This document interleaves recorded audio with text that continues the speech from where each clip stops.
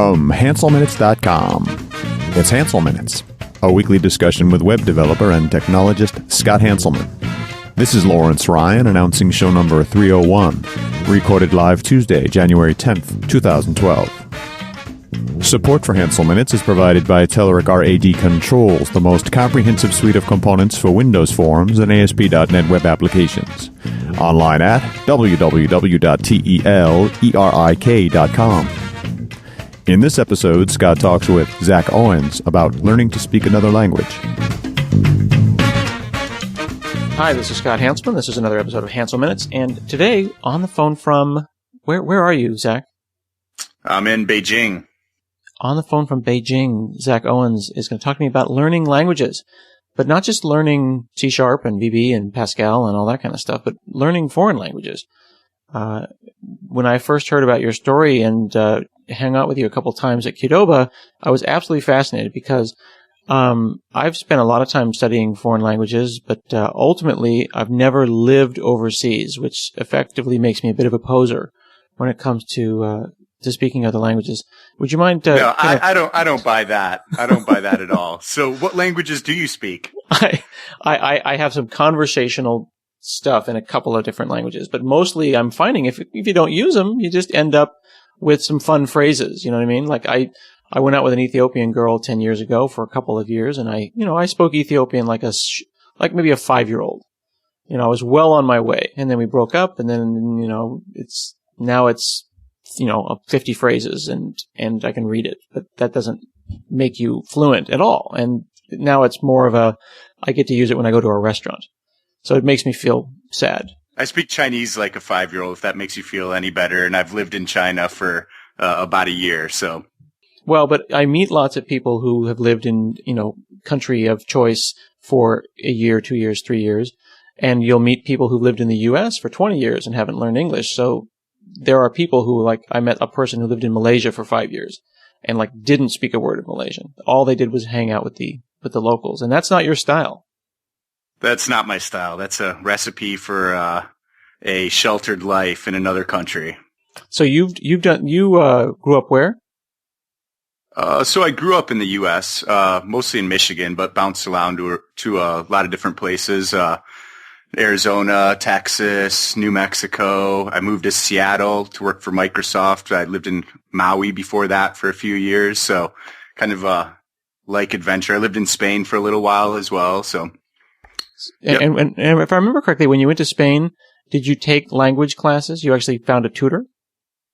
So when I went to Spain, it was actually my first year of college, and the excuse was to actually go study Spanish. So I was there for 6 months studying Spanish and training to race bicycles. And I ended up actually getting a bachelor's degree in computer science and in Spanish. So no Very excuse cool. not to speak Spanish. Yeah, indeed. And then you, when I tell people about you, I say, well, yeah, when he lived in Spain. And he said, well, I'm done with Spain for a while and I'll go somewhere else. When did you have the opportunity to move to China? And when did you decide that you would stick around there more than just a couple of months? Sure. So Microsoft, one of the really cool things about it is it's a global company. So there's this program that they have for exchange between China and Microsoft headquarters. So there's 3 to 6 month rotation programs, and I convinced my managers at the time to let me come to China for a 6-month rotation. And pretty much the first week I was here, I was thinking of ways to find out how to stay because I knew I loved it. So now I actually work for the Microsoft China subsidiary in DPE, in the developer and platform evangelism group, sort of focused on driving cloud computing in China, and no real plans to leave. I love it here. So you knew you didn't speak Chinese when you moved there, and you knew you'd be working though. I mean, are you speaking 5-year-old child Chinese in your job, or are you speaking English most of the time, or a little both?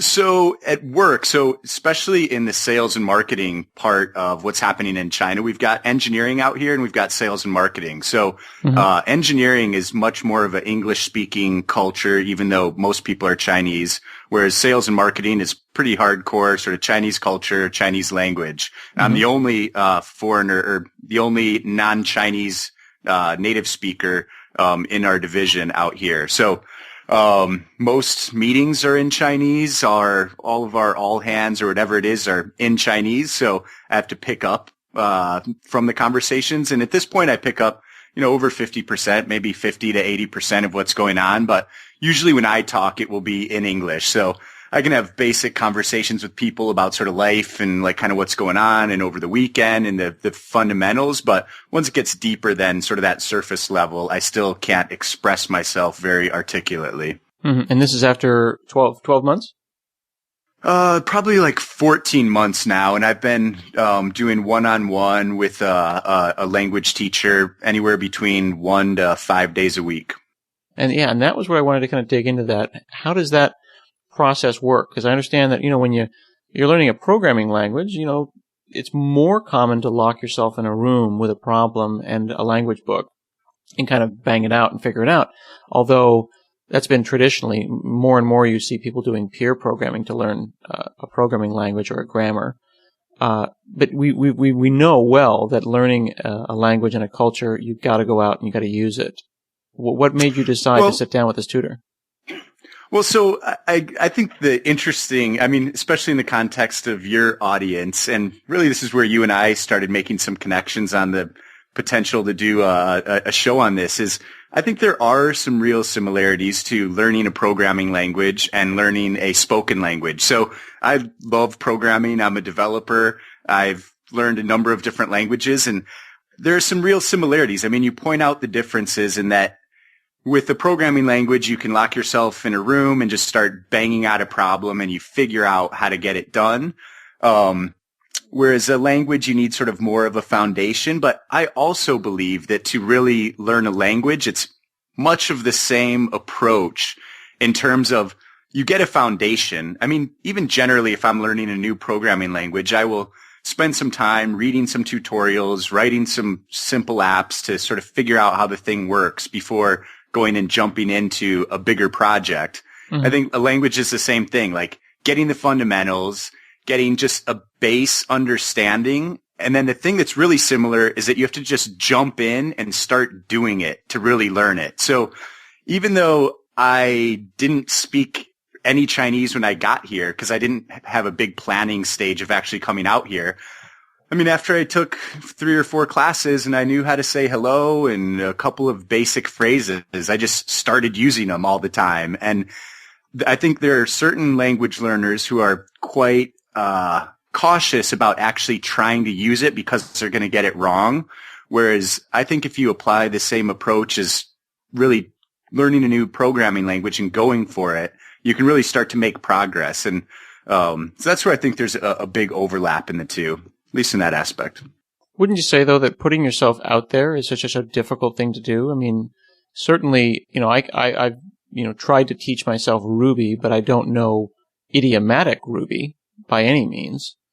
To go out and ask questions is a really difficult thing. To go out and write Ruby and talk to people who write Ruby and write it wrong and blog about it wrong would be really, really challenging. And the same is the case if you're going to go off and start talking Chinese to native Chinese, especially at work. I mean, how do you get over that? Sounding like a total idiot.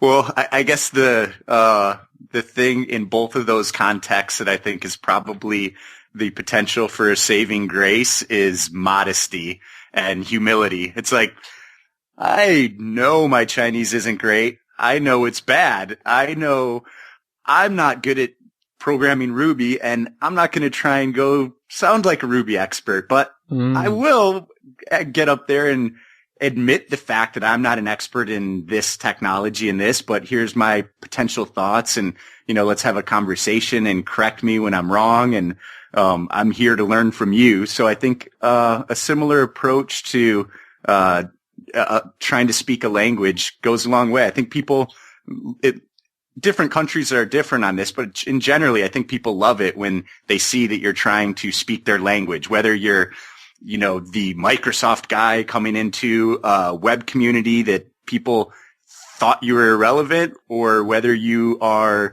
a Westerner new to China and just trying to get along. As long as you're kind of humble and come across in the right way, I think that's the key thing.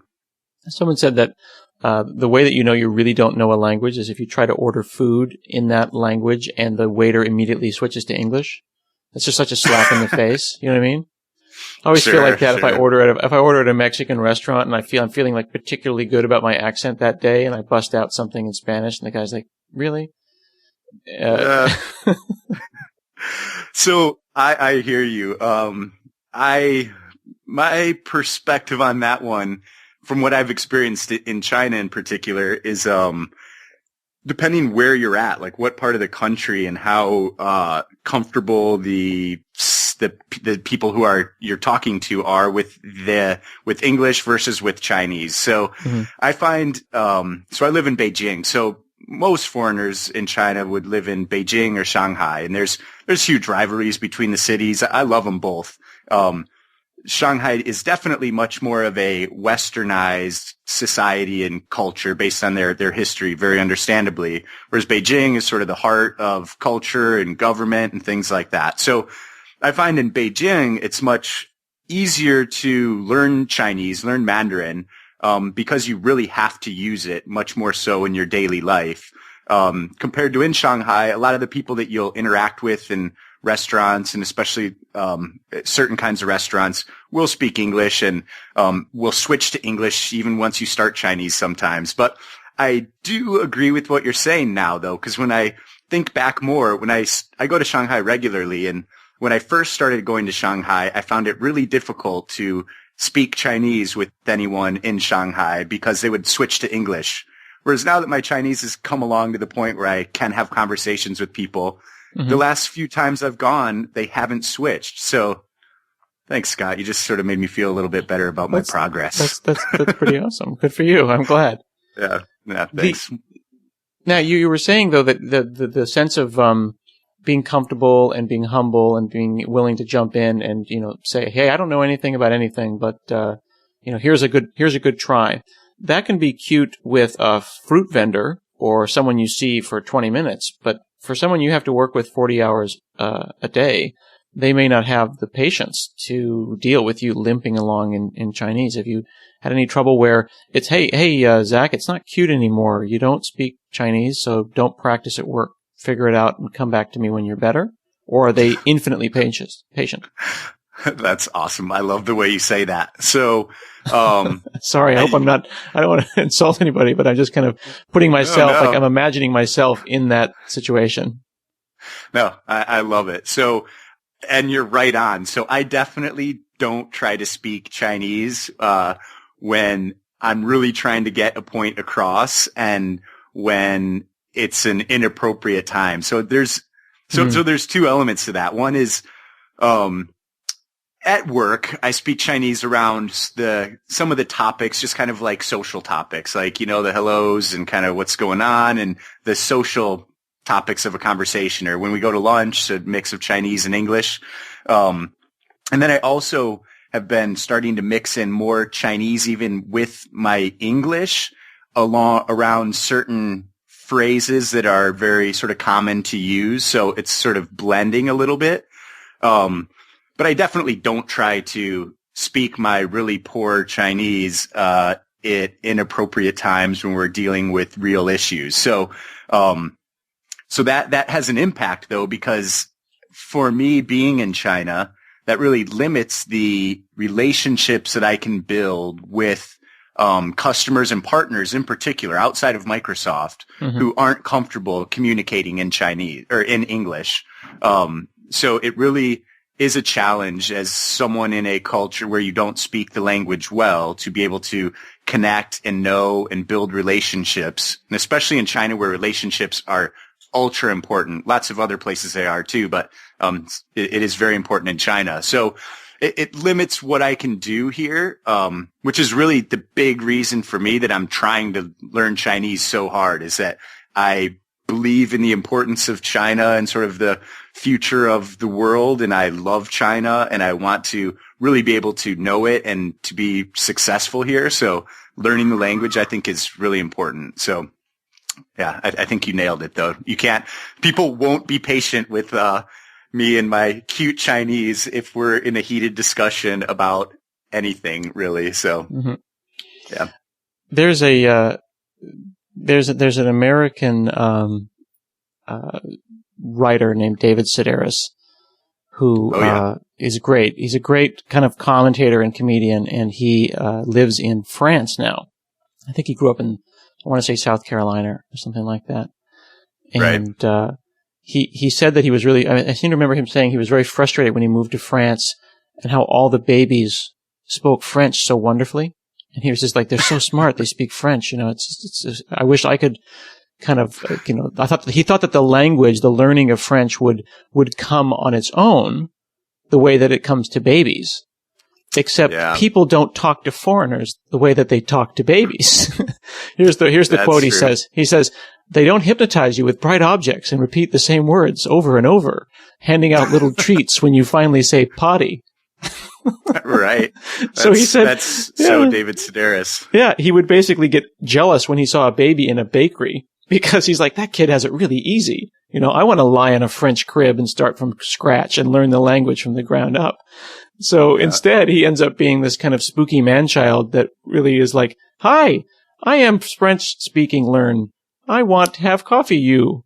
And it was so far, and I find the same thing myself when I'm trying to make myself understood. I'm feeling like if only they knew me, they would know I'm not an idiot, you know? Like you feel like the barrier to the language is preventing you from putting your best self forward. And it's caused me to be really, really empathetic when I hear people trying to speak English to me, and they say, "Oh, I'm so sorry for my poor English." And the first thing out of my mouth is, "I'm sorry, I don't speak your language." Gosh, you're doing so well. Yeah, so I think you hit on a few interesting points there. One, that language learning when you're under, I think 6, and then once you're over 6 or something in that sort of age range, it's different. Like it goes into a different place of your brain. It's engraved in a different sort of way. So there's definitely just a difference in learning when you're that young versus older, apart from just the flashing, shiny objects and repeating the words in your face. So that reminds me of another related topic in that, so Rosetta Stone being sort of the leading software for language learning. So I believe their methods are based largely on an approach that is similar to language learning as a child, and that sort of repeating of things, and it's all in the native language or in the foreign language. And it's based on the similar approach to learning from a child. Whereas I used some software when I first got out here called Fluenz, like Fluenz. And really cool, innovative company that really puts a lot of effort into just the user experience of their software, and just really, really great, really well done software, and really the kind of company that you want to support with just everything they're doing. So, and their approach is different and doesn't take that same style to language learning. And I found that adult language learners, you need a different approach. So, I think that's sort of an interesting side topic. And then another thing you pointed out was this sort of notion of how you come across to people you're talking to in the foreign language. And there's this guy who's sort of famous in China and for China watchers, a guy named Kaiser Guo. And so I met Kaiser at South by Southwest. He did like a Google in China talk, right? When sort of a bunch of stuff was going down between them a few years ago.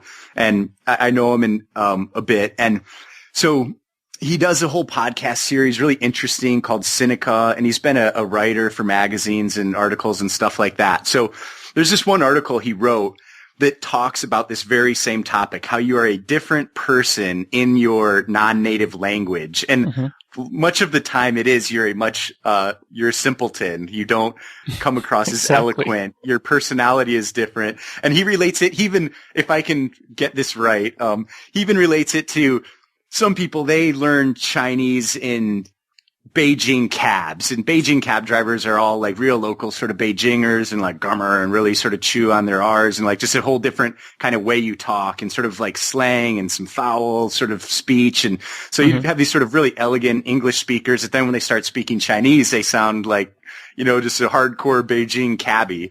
And then another one that I think is even more funny is some of the foreigners here who maybe they have like a Chinese girlfriend or a wife or whatever that is. And, they learn Chinese largely through that. So when, they may be a super sort of macho, masculine guy, but then when they start speaking Chinese, all of a sudden they're like using all of these terms that are much more feminine and, sort of end up really coming off as a different personality. So, it's definitely something to be empathetic when you're listening to non-native speakers, that really the way they're coming off might not be the core of who they really are. So it's good. Yeah, good absolutely. learning. If you, for example, learn, I met some kids in Southeast Asia that had learned most of their English from watching like Terminator. And there's, and it's just like, wow, we don't really talk like that, but they don't know. They're just trying. So then you might get a sense that this is a really intense kind of, it's like meeting a stereotypical mobster type from the 40s or something in New York, and you realize that this is just how the kid happened to learn the language. And, so you don't even know who your tutor is, right? I mean, what Chinese accent or Chinese style, and not just the accent, but the idiomatic speech and the tempo and the timbre of how you speak. What is that saying about you? Exactly. It's true. That's why you have to have a lot of friends. So for me, I've got a lot of Western friends and a lot of friends here who are Chinese that speak English, but definitely you got to mix it up if you have the opportunity to live in a culture where you are there. It's not just be friends with the same people. Don't just learn Chinese from your teacher. So sort of use my study as the foundation and then use it as much as possible with different people. And you got to mix it up. And that reminds me, this guy, the Terminator movie, I met him just a few nights ago. So there's a city in China called Yantai that's by the ocean. So Yantai Dave is his name. So he's this Chinese dude who studied English, but he really liked the Cockney accent, and in particular, like sort of British gangster films. So this guy is hilarious. He sounds, and his accent is perfect. I was hanging out with him the other night with a bunch of other English guys and one dude who was actually Cockney, and they just sounded the exact same. And Cockney Dave, he just like comes off like a pure English gangster. It's awesome. So yeah, if you tune it right, you can really sort of shape the person that you want to be if you really put some conscious effort into it. Now, how much time do you spend thinking about language? You're 14 months into it. You're probably, would you say you're conversationally fluent in Chinese? What level would you put you on you're comfortable, right? You're certainly, you could go to Chinatown in San Francisco and impress a lot of people, I'm sure. I mean, I guess it's to the point. I've gone through phases where I've, studied 5 days a week and done my homework and really been hardcore and felt like I was progressing. And then there have been phases where other priorities, for a month or two at a time took hold and wasn't studying a lot and things like that. So, so it goes in sort of ebbs and flows like that. But at this point, I would say I'm comfortable to get around and to have, general kind of basic conversations. Now when I meet customers and partners, if I'm doing presentations and things like that, I've got to do them in English, but I can do my intro in Chinese. And when we have lunch, I can talk to them about sports and friends and family and where I'm from and things like that in Chinese. So, it's getting better every day. Yue lai yue hao, you'd say in Chinese. Yeah. So well, one thing I'd say that's what's sorry, that? I was going to say, so you touch on kind of the direction I was going, which is you say that there are days or months or periods of time where you're like, okay, I'm studying, I'm hardcore, I'm moving. It's like, it's like when you're hitting the gym all the time, and then there's a plateau.